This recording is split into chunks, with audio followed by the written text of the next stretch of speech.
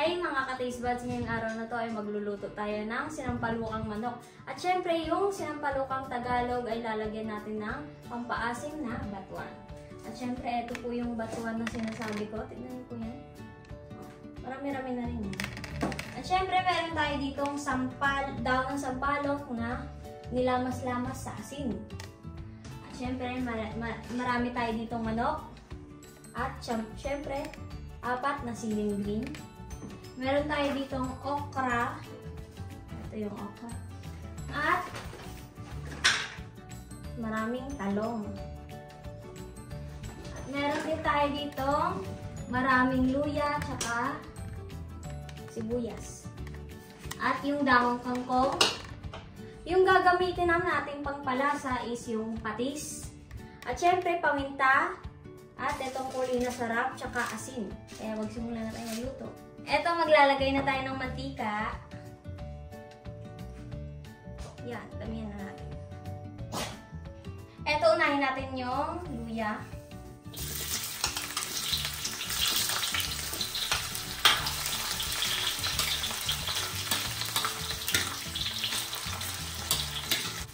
Eto na, i-set aside lang natin yun. Hindi ko lang ilalagay ng gilid. At isasabi na natin yung pinag.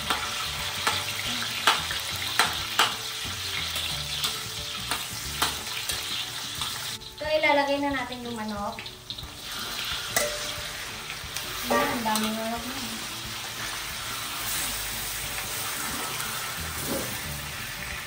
At syempre, timplahan natin yan ng paminta.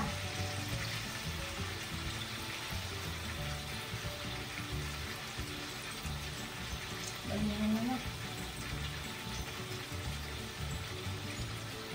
Ganyan talaga ako magluto. Maraming paminta.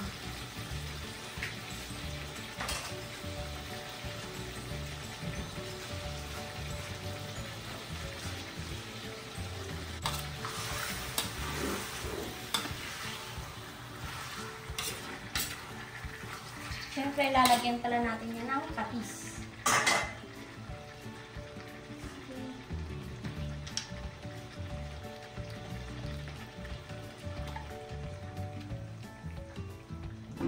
At isabay na rin natin yung siling green, pampawala ng lansa. Lalagyan din pala natin ito ng 2 Lord chicken cubes para syempre mas malasa ito.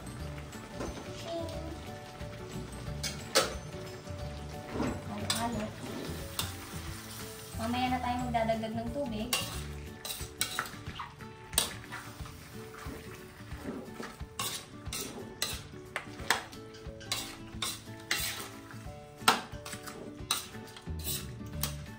Yan. Ito, timplahan na natin ang kulay na sarap.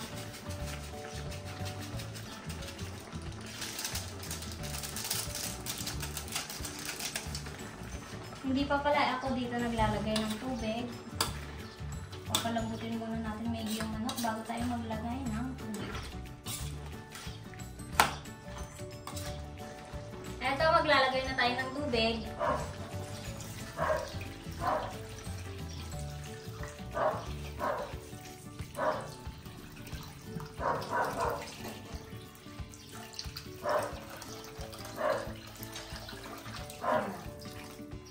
Hayaan muna natin kumulo yan at syempre para lumambutin lalo yung manok.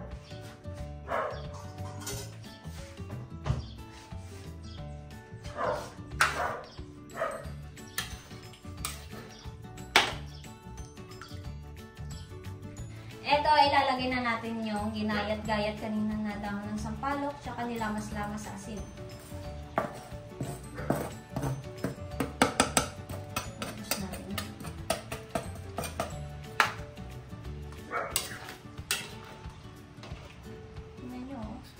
Napakabango.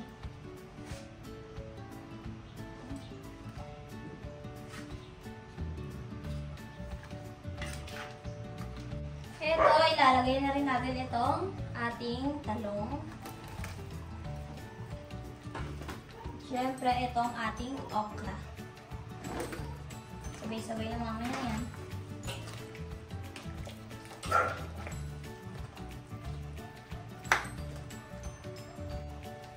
Eto, maganda na yung kulo niya. Ilalagay na natin yung batuan.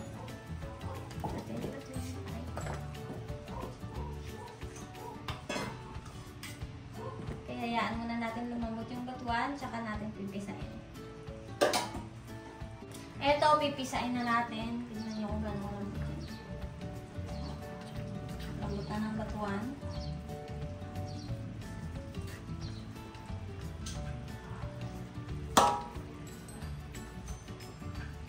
Papakita ko na lang mamaya sa inyo pagluto na lahat. Yan, so ito mga ka-taste buds, lagyan na natin yung ating kangkong sa siling labuyo.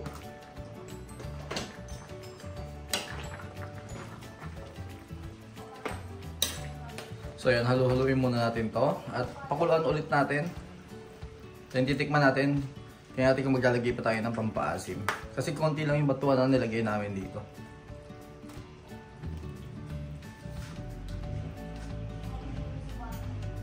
Ito, lalagay na tayo ng kaunting sinigang mix.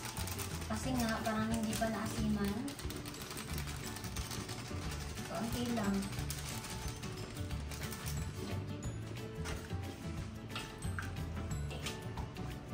At syempre, maglalagay na rin tayo ng asin. Ang padagdag lasa.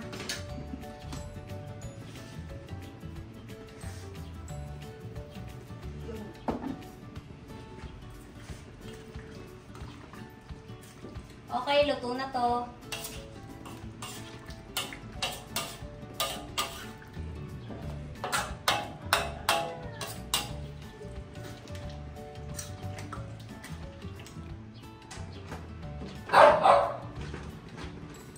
Ayun mga ka-taste buds, luto na po yung ating sinampalukang manok. Kaya naman kung nagustuhan niyo po yung pagluto ko nito, huwag niyo po kalimutan mag-like, share, and subscribe. Ito po, kain po tayo.